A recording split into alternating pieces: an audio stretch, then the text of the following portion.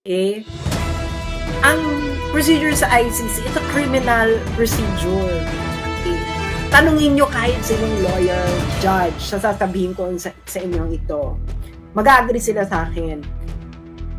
Sa kahit anong criminal trial, actually, pabor ito parate sa accused. Yung karapatan ng accused talaga, sinisecure talaga yan. Always remember that. Because no one can be deprived of life, liberty, and property without due process of law. And that applies in the ICC. Ang ICC, it's simple an extension of common criminal law principles sa buong mundo. Okay? So, kasama yan, yung principle na yan, na the rights of the accused will be respected at all times, all throughout the proceedings. Because, ang standard ng criminal law ay, anong standard ng criminal law in order for you to be convicted? Proof beyond reasonable doubt. Hindi lang proof beyond reasonable doubt. Kailangan the entire proceedings has been fair. Okay? Ngayon, merong rules. Okay? May rules of court. Yung mga lawyers dyan, makinig kayo. Alam nyo ito. Huwag tayong magmaang-maangan. Kahit yung mga din dyan na hindi ko na sabihin, pero may kapitbahay ako na nang molesta siya ng estudyante niya ng ages. Charot. Anyway, meron yung rules, di ba may rules of court nga tayo eh. Papaliwanag ko lang kayo sa Pilipinas ha. And this applies to all criminal, in all jurisdictions. Yung procedural fairness, ibig sabihin, the entire procedure, dapat irespeto ito. Dapat, kasi nga dinideprive mo yung tao ng liberty eh. So dapat, meron kang justification kung bakit mo i-deprive yung liberty ng tao. And dapat, ito ay compliant sa kanyang karapatan. Okay? Lalo na accused pa lang eh. Duterte is still an accused person. Hindi po siya convicted. Kaya, yung buong karapatan niya, applicable. Okay? Only when you are convicted that your rights are actually curtailed. That's basic principle in criminal law. Kayo naman mga law din dyan. Don't use your emotions. Use your logic. Okay. Now, ipapaliwanag ko sa inyo ang nangyari. Okay? Eto, malinaw na malinaw sa inyong lahat ang nangyari. Kayong mga pulis, makinig kayo. AFP, makinig kayo. Okay? I-share nyo ito sa mga sundalo ninyong kasama. Dahil yung commander-in-chief ninyo, inabuso kayo. Hindi sila nag-comply sa arrest proceedings mismo ng ICC. Ikaw, Enrile, makinig ka. Okay, may mga pa-comment pa ka na international, hindi mo naman alam yung international law. Enrile, makinig ka na may matutunan ka. Diyos mio. Okay. Eto bibigyan natin yung facts. Okay, facts muna tayo, facts. Okay, anong ginawa nila? Inaresto nila si Digong. Dinala saan? Dinala si Digong pagka-aresto. Saan?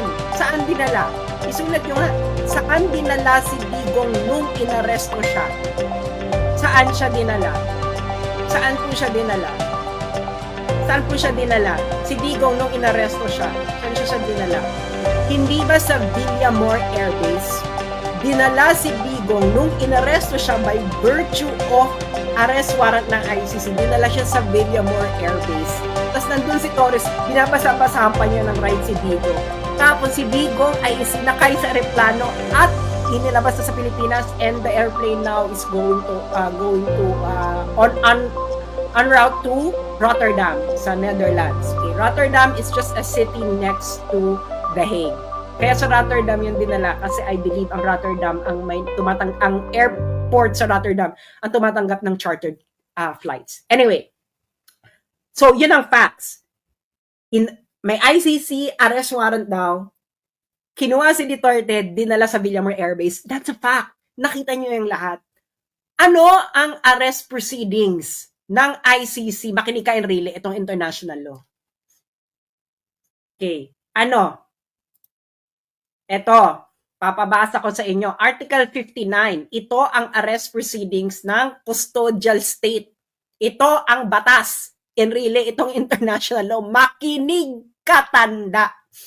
Article 59 ng ICC. meron pong procedure of arresting an accused. Okay, meron. Batas ito na let's work under the condition na nasa jurisdiction tayo ng ICC. Kaya wala tayo sa jurisdiction, edi lalong mas mali yung pagkakaresto nila. So, assuming for the sake of argument na ang Pilipinas ay under sa jurisdiction ng ICC, meron pong arrest proceedings ang ICC. Ano ito? Nandito ito sa Rome Statute and really, magbasa ka! Magbasa kayo, PNP, magbasa kayo! Bong-bong, wag puro singhot. Article 59 ng Rome Statute. Anong sinabi ng Article 59.1? Ito ang procedure, procedure. A state party which has received a request for provisional arrest or for arrest and surrender shall immediately take steps to arrest the person in question. Ano ibig sabihin yan? Pag naka-receive ka, arrestin mo kagad. Correct. Sabihin natin, correct yung ginawa nila. Inaresto nila. Nakatanggap sila ng warrant of arrest, inaresto nila. Pero may next step, mga friends. May next step pag inaresto mo. Ano ang step 2? Step 2. A person arrested shall be brought promptly before the competent judicial authority in the custodial state, which shall determine in accordance with the law of the state that 1. A. Warrant applies to the person. 2. The person has been arrested in accordance with the proper process. And C. The person's right have been respected. Step 2 pa lang tayo. Anong sabi nito? Tatagalogin ko.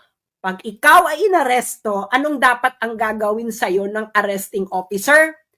Dadalin ka sa harapan ng competent judicial authority. Ibig sabihin, si Digong dapat dinala saan?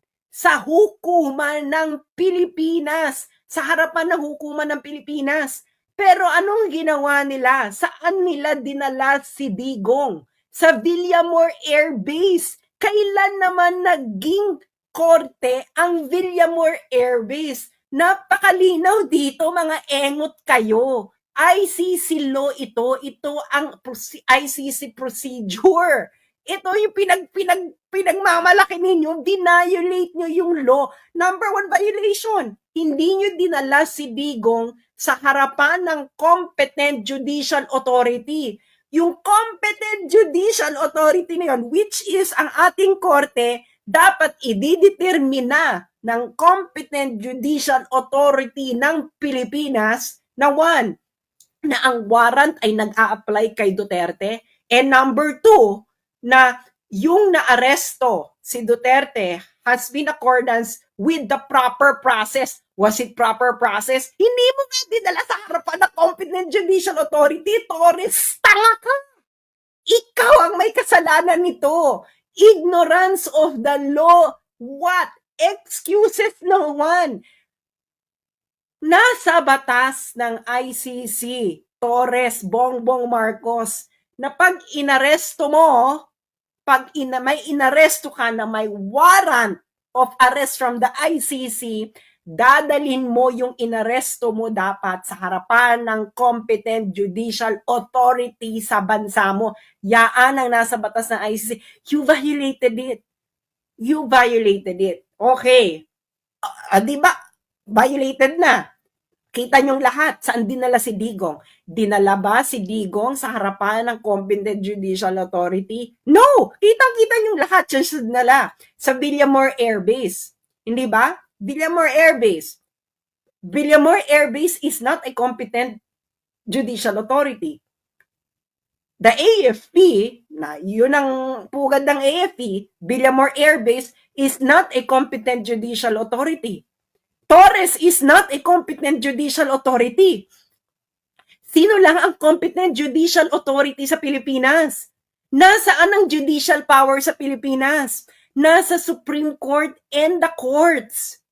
Dinala ba nila sa kahit anong korte sa Pilipinas si Duterte? No. So they violated ICC rules already. Doon pa lang. This is They violated procedures. At alam to ng mga lawyers, if you violated a procedure, anong mangyayari sa kaso? 'Di ba? If things are fair, anong mangyayari? Tanungin nyo sa mga lawyers. Tanungin ninyo sa mga law din.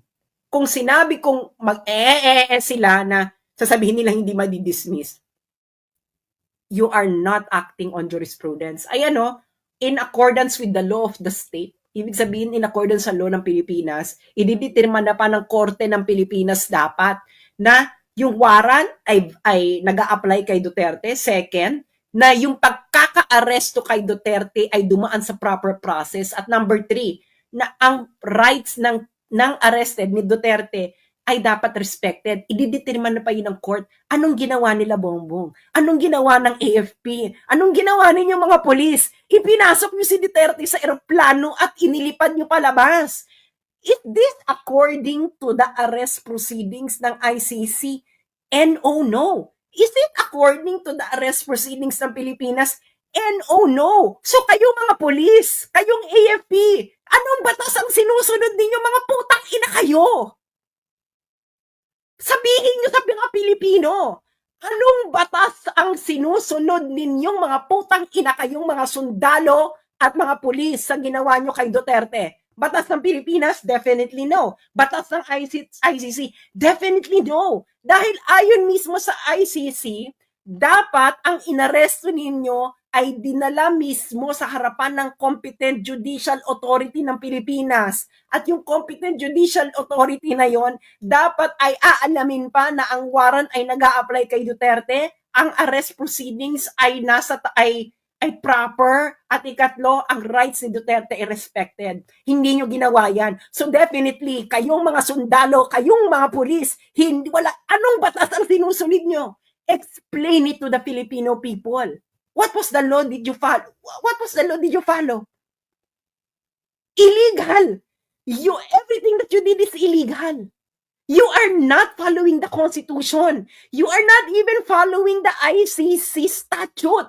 So what are you following, kayong mga sundalo at mga pulis? Magising kayo. Ngayon, okay, nag-violate na sila doon. Hindi ba? Nag-violate na sila doon. Hindi nila iniharap si Digong. Hindi nila hinarap si Duterte sa competent judicial authority. Dinala nila, di ba, sa Villamor Air Base, and from Villamor Air Base, inilakay ng eroplano. That's not according to the arrest proceedings of ICC itself. Meron ka ng procedural flaw. Kayo ang nagkamali. Kayo mga pulis, mga sundalo, wala kayong batas na sinusunod. Mahiya kayo sa mga anak ninyo, sa pamilya ninyo, at sa bansang Pilipinas. Anong batas ang sinusunod ninyo? Ito ang batas na umiiral sa arrest ni Duterte. ICC statute.